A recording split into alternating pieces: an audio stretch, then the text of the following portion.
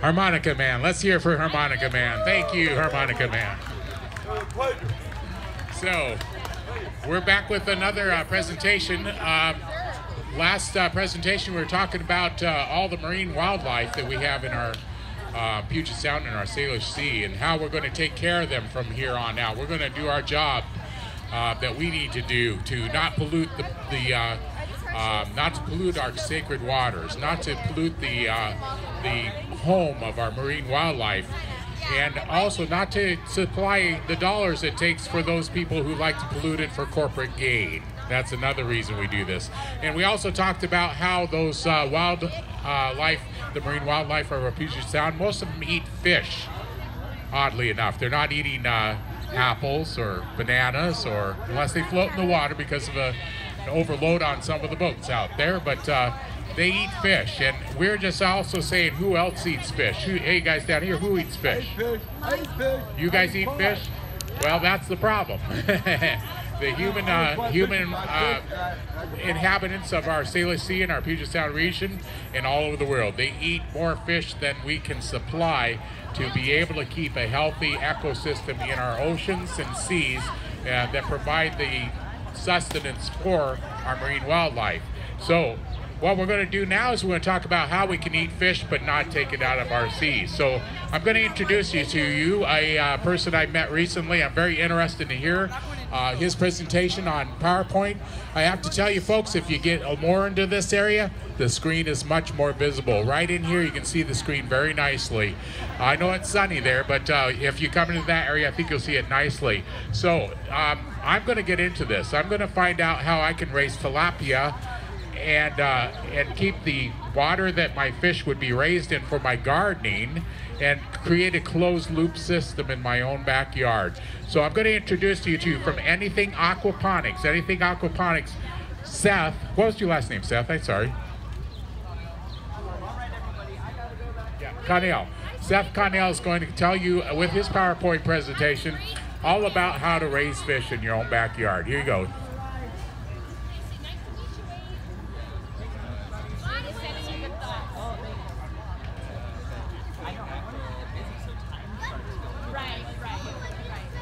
Hello everybody. Does anybody out here know about aquaponics already? Yeah, Stu knows. Okay. So for those of you that don't know, aquaponics is a very sustainable method of not only growing fish at home, but also growing food and some culinary mushrooms as well. With regards to the sacred waters, it is really big on water conservation. You only use 5 to 10% of the water to grow the same amount of food. And after your system's been running for a while, you end up growing everything at about twice the speed as normal. And everything's just as healthy, full nutrient profiles. By doing that and farming on our own land and using fish tanks to grow and culture our fish, we're relieving stress on the local fisheries, which is very good because we're not going to be fishing as many fish out of the sea because we're growing them at home. So let's see. Aquaponics is really good at not putting any toxins or pesticides or anything into the soils. It's an all organic process. So by using that system and recycling the water within the grow beds and the fish tanks, you're not contributing to soil erosion or toxification, which will eventually, leach down into our aquifers and poison our water wells, etc. And so what it does is it provides all the plants with a constant supply of oxygen, water, and nutrients, which is referred to as biomimicry, which is imitating nature. So some of the results are really large versions of your plants. And here's my friend Rob down in Austin, Texas, at his aquaponic farm with some of his kale that he grew in a media bed. And I'll go over the different varieties of systems and how they work here real quick. So aquaponics, for those of you who don't know, like I said, is a mixture of fish farming and hydroponics. So there's no soil involved traditionally, but it is an all-organic process that's the most efficient method of growing food today as far as we know. Sorry, the slideshow keeps liking to go backwards. Okay. So it's the fastest growing sector in agriculture. There's commercial aquaponic farms popping up all over the country as well as all over the world, especially in developing nations where food shortages and food deserts are a really big problem, and it's helping supply those areas of the world with ample supply of food. What most people don't know is that it's not just fish and plants. You often have to integrate worms and beneficial bacteria to help break down the fish waste that's pumped up so that it can create minerals and bioavailable nutrients for the plants to absorb. Once the water goes all the way through the system and the plants have absorbed all of it, therefore cleaning the water with the nutrients, that clean water goes back into the fish tanks as clean water, and the cycle repeats over and over again. So here's one example of an aquaponics system. So you see the large fish tank there, and there's fish in there, tilapia in this particular one. So the water is heated because they're warm water fish, and their waste and water is pumped up to a media bed where there's either gravel or lava rock or hydrogen, which is a man-made clay pellet that the worms and bacteria live on, which breaks down the nutrients, and then it can go to an optional float bed, which is just standing water that has an air pump running, supplying oxygen to the root systems, which cleans the water, and then it goes back to the fish, and the cycle repeats. So there's a brief little breakdown. So your fish waste and water is pumped up to the media beds. The worms and bacteria break it down into bioavailable nutrients, and then the plants absorb those nutrients, which cleans the water that's then recycled back to the fish tank. And this is how we conserve 90-95% of our growing water instead of losing it to soil instead. So the value of aquaponics, like how does it affect us and benefit our lives as well as our community and our bioregion? You want to know exactly where your food comes from, and if you're growing it in your own backyard, you know what's in it, you've helped it grow from seed to harvest, and it's just good, wholesome feeling all around. You get strong, healthy, nutrient-rich plants. You get to grow your own fish feed if you choose to, if you don't want to go out and buy the commercial fish feed, which is just ground up fish for the most part as protein, which is a large stressor on our fisheries, both local and worldwide. Share with the little boy. There we go. So it empowers a healthy lifestyle, as well as bases itself off the principles of environmental stewardship. So not only are we relieving pressure on relieving stressors on local fisheries, but we're also conserving water, building up our water reservoirs locally, and are able to be more sustainable with our energy consumption that way. Go tell him thank you. Look, there's a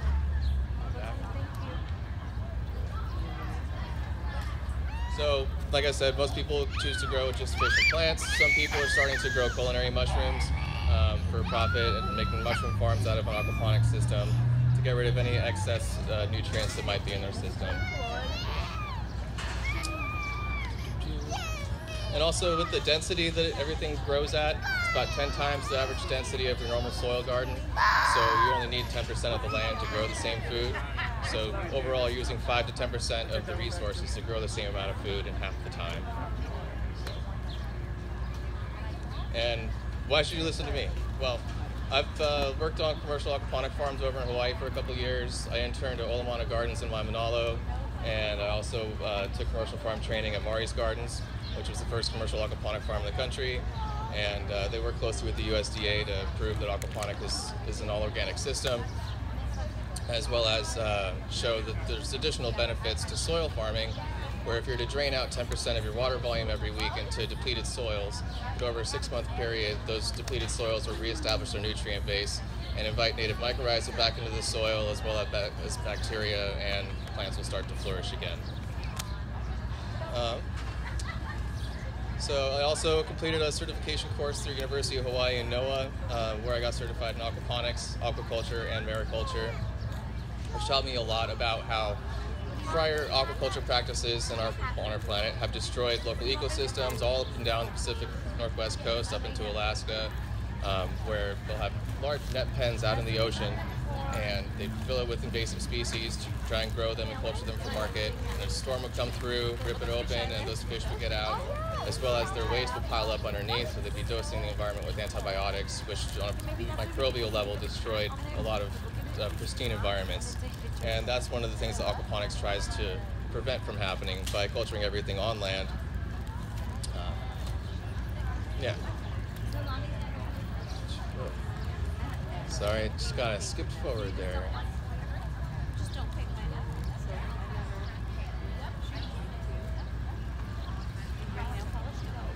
Okay, so that's a picture of my mentor Glenn with some of the, what was that? That's cholesterol spinach. He's just showing off the roots in his float bed. Again, the float bed is where there's just standing water and you have oxygen tanks flowing oxygen into the water that provides a stable supply of that for the plants. That's over at Mari's Gardens. That's a taro patch with a catfish tank all the way at the end there. You can barely see it.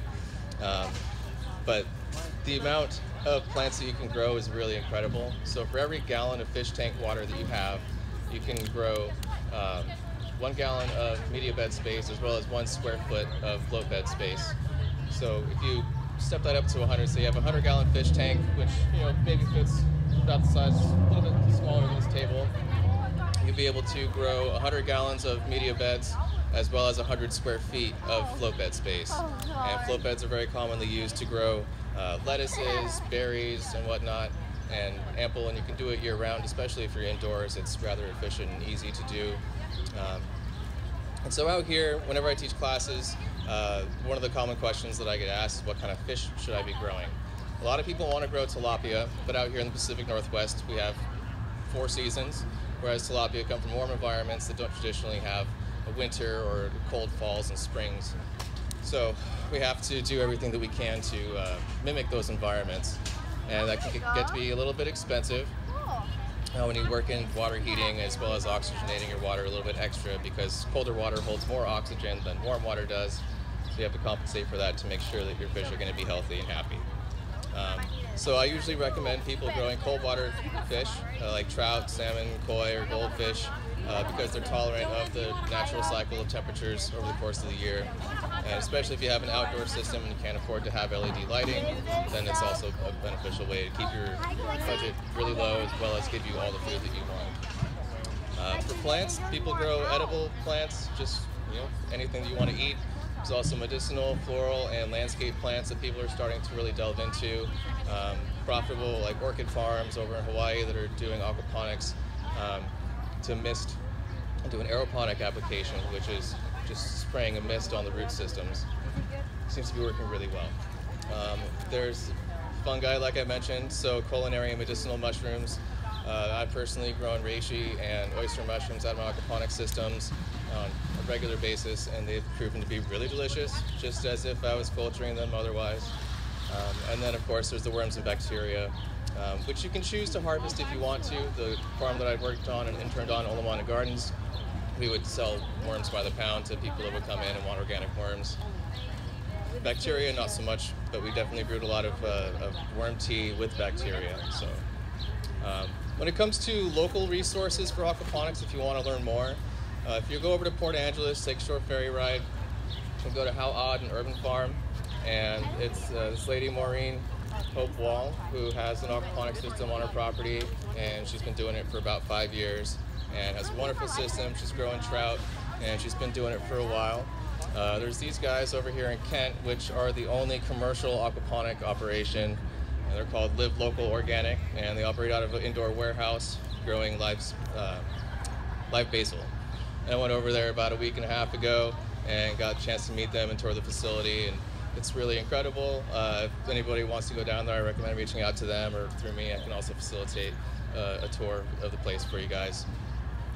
Let's see. So also in Washington, up in Bellingham, if you go to Goat Mountain Pizza, they have an aquaponic system in there that they grow all their herbs out of for their pizzas and their salads. And then in Mount Vernon, there's Sugarleaf Farms, which is a commercial cannabis producer, but they're the only ones that do aquaponics, and they have a really large system up there, and they also do tours. And then up in Edmonds, there's Farmer Frog that teaches through K-12 schools, as well as helps build systems. They've been working on a system over in Issaquah for the past 2 years. It's just nearing completion. And then there's me and my company, Anything Aquaponics, and I've been working out here since 2014 after I moved back from Hawaii. And so what I do is primarily I've been doing a lot of teaching. So going around to community colleges, universities, and elementary schools, doing seminars as well as workshops with aquaponics, taking little systems around and showing kids that it's as easy as just having a couple of goldfish to grow your herbs inside of your house or your apartment if you don't have a backyard, and that is aquaponics, and that works, and that's a foot in the door to help them learn that it's that easy to relieve stress on our local environment and help save fish as well. Colleges I've been teaching at for the past 3 years are our Institute of Seattle, Seattle Central Community College, Antioch, and Highline College, which we might actually be partnering with Highline College doing an aquaponics certification course program starting in the fall. We'll also be teaching a certification course through the Seattle Farm School starting in the fall as well. We'll come back to that one. Another stuff that I do is I do consultations, so if you want to build a system at home, I'll come out and survey your property, see what size system you can have, and you talk to me, let me know what you want to grow, and I'll let you know which kind of system is best for what you want to grow, as well as give you time frame, budget, and all of that, take care of that for you. I also do commercial consultations, so if you want to start a business doing aquaponics, give you ideas of your return on your investment, how long it's going to take, what kind of certifications you need to have, and legal hoops you'd have to jump through in order to get that established. If you just want to build it yourself, I have design services where I can make up blueprints and instructions to help you, figure out how to run your system that you build, as well as how to put it all together. Do provide labor services, as well as a giant 200+ volunteer base of people that are ready to get hands-on and start building systems and do their training that way. And for people that already have existing commercial farms, I do extensive curriculum for commercial farm training and getting people certified for that as well. It's just right there. So yeah, don't panic, it's organic, all right? That's one of the things when it comes to farm fish and aquaponics that people don't quite understand, is that farm fish that are bad primarily come from aquaculture farms and old school aquaculture practices, like I was mentioning before, where they are, while they're not trying to destroy the environment, it ends up being a common occurrence. And so there's no antibiotics added to any aquaponic systems. If there was, then the beneficial bacteria would die, the water chemistry would go out of balance, and your plants would experience deficiencies, your fish would die, and the whole system would collapse. So that's one of the primary things that people don't quite understand, but I'm trying to make sure that they do, because it's an all-organic process. People can grow their own organic fish feed and feed their fish that, and actually this year USDA is coming out with an organic fish certification for fish growers, so that they can put that on their product, and then you'll see it in the stores.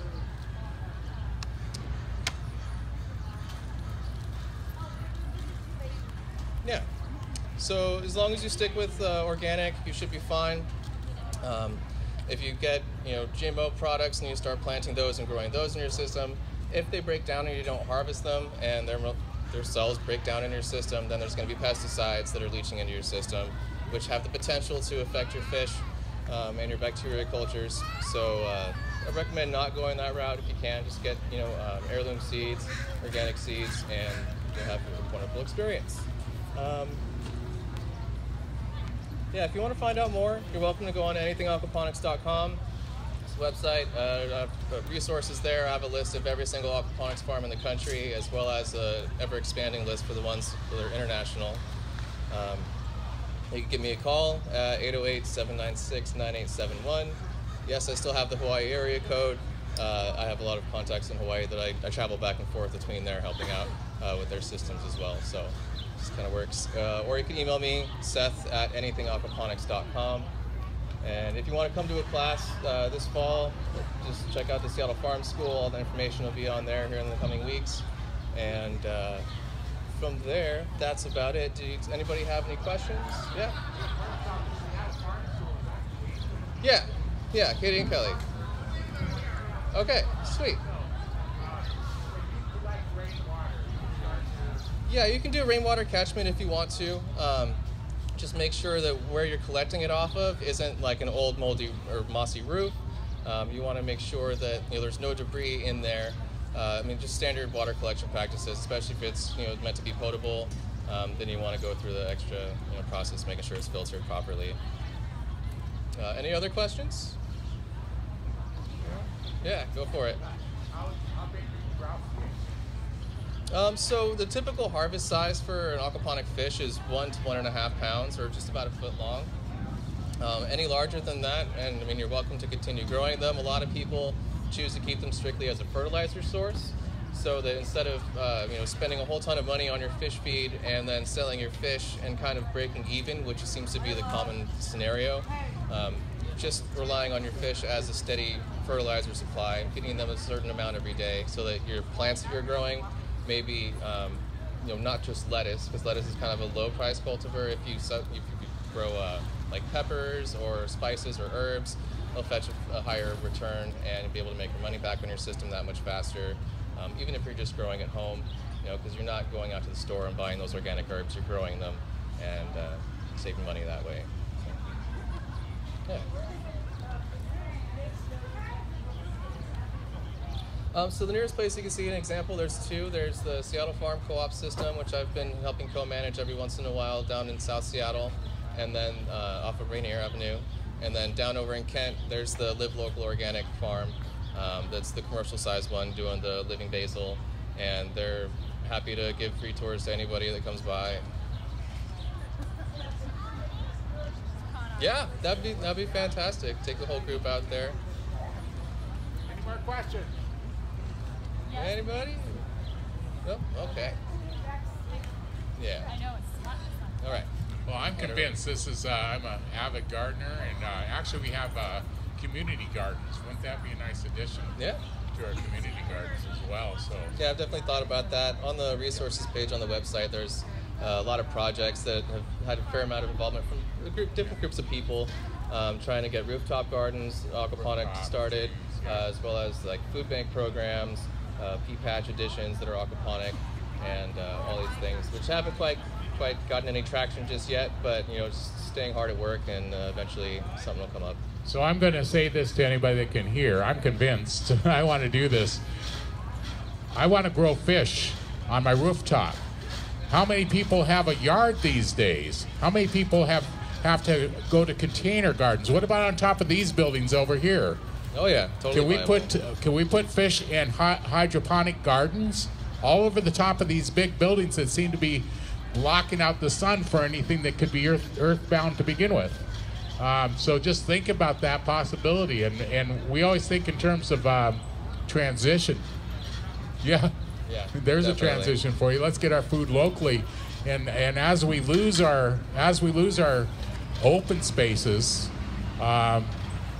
with this development that's going on mad right now, as we lose those open spaces, wow, that could be the answer. That could be the thing we need to do. Yeah, and the other thing too is it's biomimicry, so you're imitating these plants' native environments. Right. And if you're using greenhouses and environmental controls, you can grow stuff from all over the world. Like at home, I'm growing avocados as well as ginger and bananas. Love avocados. Yeah. So there's endless potential for year-round production, weekly harvests of anything that a restaurant or a farmer's market might want. And then on top of that, if you think beyond agriculture, if you think about trees and forestry and agroforestry, we could be growing all of our new saplings with 5 to 10% of the resources as well, which is something that I'm pretty dedicated on making happen. They're going to get to maturation faster. Yeah, so they're going to grow twice as fast. They're going to grow stronger and ideally happier. But then again, the research hasn't quite gotten there just yet.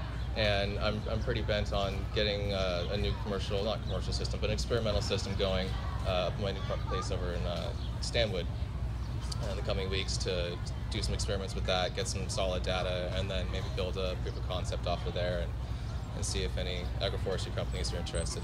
So I'm thinking next year for Greenlife, we want Seth to have his display here. We would like to see. Oh yeah, that'd be great. We'll make it happen. Yeah, we talked about it a bit this year, but we'll definitely make it happen for next year. Yep.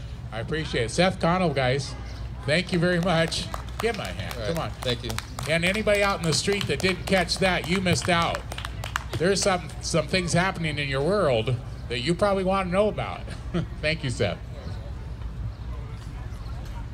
So we're going to take another break. Actually, real soon we're going to have up for us a performance by Illuminatos dance group.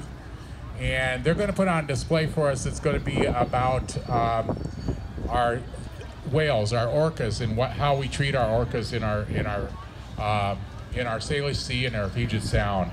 And also, I just want to say, he mentioned several times Seattle Farm School. I've been working with these guys for a little while, and I'm really interested in what they're doing. It seems like they're on cutting edge. They're definitely on cutting edge to make our urban farming a whole lot more successful and a lot more available to people. Just think of your food sovereignty. Seth said it very, very clearly. You need to know where your food comes from. How many recalls have we had this summer alone? How many restaurants have had their recalls and their problems? So getting a firm handle on your food sovereignty, and that's what we're doing here in West Seattle. We have so many community gardens, pea pouches, and that sort of thing that allow people to take on their own process of making their own food sovereignty. All right, thank you again, Seth.